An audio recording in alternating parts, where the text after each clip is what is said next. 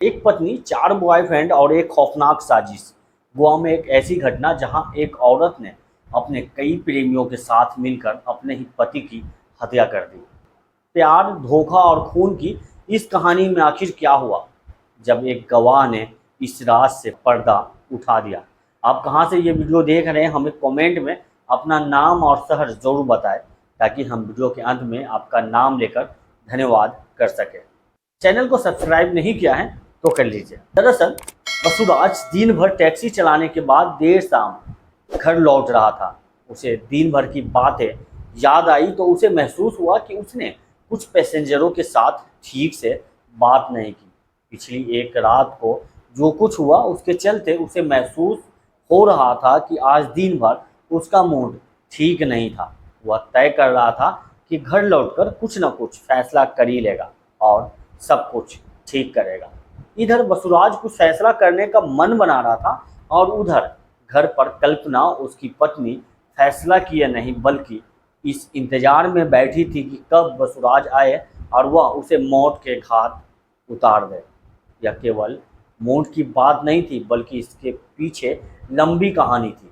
वसुराज अपनी पत्नी कल्पना के साथ गोवा के कुर्चोरम इलाके में रह रहा था। वसुराज का कल्पना के साथ अक्सर मनमुटाव हो जाता था। वसुराज को शिकायत थी कि कल्पना और लोगों के साथ ज़्यादा फ्रेंडली है। वसुराज को अक्सर कल्पना पर शक होता था, लेकिन वसुराज का शक बेबुनियाद नहीं था। एक दिन वसुराज जब घर लौटा तो सुरेश को उसने कल्पना के साथ देखा। घर में दोनों के अलावा और कोई मौजूद नहीं था। जिस स्थिति में वसुराज ने दोनों को देखा, शक होना जायज भी था। वसुराज के आते ही सुरेश किसी बहाने से चला गया। वसुराज ने कल्पना से पूछा तो उसने बात टालने के अंदाज में कहा कि बस ऐसा ही आया था। ऐसा एक नहीं कई बार हो चुका था कि वसुराज की गैर मौजूदगी में कभी सुरेश के साथ होती कल्पना, तो कभी पंकज, तो कभी अब्दुल के साथ। वसुराज को यह समझ आ चुका था कि कल्पना का किसी न किसी के साथ कुछ न कुछ तो संबंध है।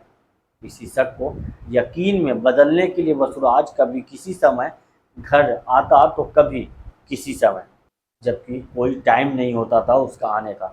कुछ एक बार उसने कल्पना को ऐसी स्थितियों में पाया कि दोनों के बीच बड़ा झगड़ा तक हो गया। कल्पना के मोबाइल फ़ोन पर भी वसुराज की नज़र रहती थी।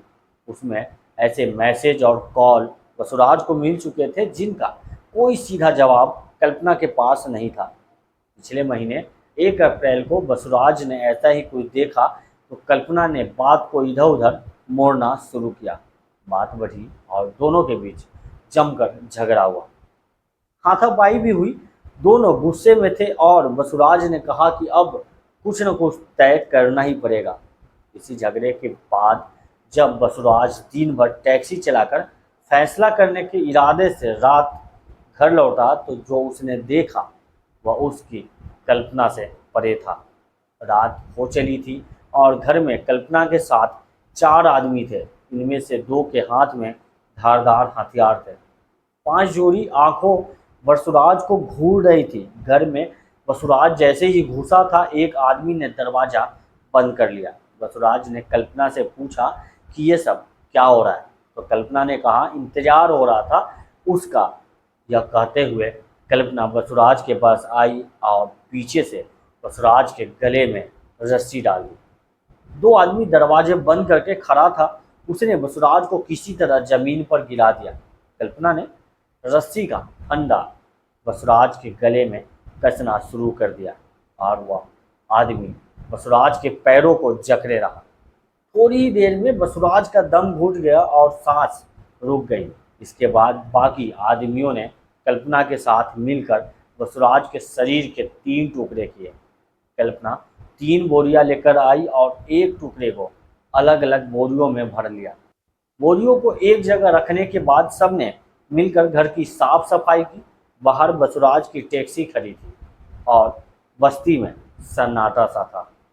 सबने देर रात लाश के टुकड़ों से भरी बोरियां टैक्सी में रखी और गोवा कर्नाटक बॉर्डर पर स्थित अनमोद घाट पर अलग अलग जगह तीनों बोरियों को दफना दिया। कुछ हफ्तों तक कुछ नहीं हुआ। कल्पना और उसके सभी साथी चैन से थे कि किसी को कोई खबर नहीं है।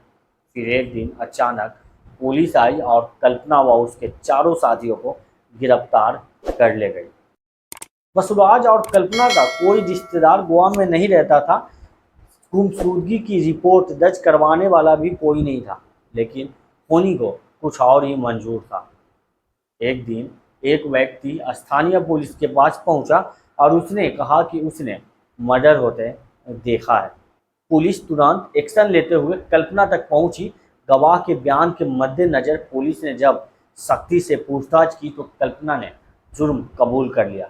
फिर कल्पना के बताए अनुसार पुलिस ने 3 और आरोपियों सुरेश, अब्दुल, पंकज को गिरफ्तार किया। लाश के टुकड़े बरामद किए। एक आरोपी आदित्य फिलहाल फरार है। पांचों के खिलाफ आईपीसी की धारा 302 और 201 के तहत हत्या व सबूतों को मिटाने का मामला दर्ज किया गया। वसुराज को जिस बात का शक था वही सच निकला। चारों आरोपियों सुरेश, आदित्य, पंकज और अब्दुल के साथ कल्पना के प्रेम संबंध सामने आए। पुलिस को दिए बयान में कल्पना ने इन चारों को अपना प्रेमी बताया। इन चारों को कल्पना ने अपने पति से छुटकारा पाने के लिए हत्या की साजिश में शामिल होने के लिए राजी भी कर लिया और फिर सबने मिलकर बसुराज को मौत के घाट उतार दिया। सच्चाई कितनी भी छिपाई जाए कभी न कभी सामने आ ही जाती है।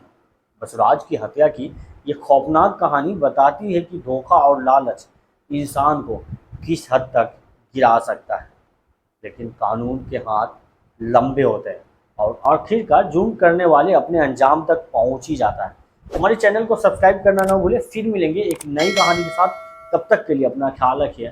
थैंक यू, बाय, जय हिंद।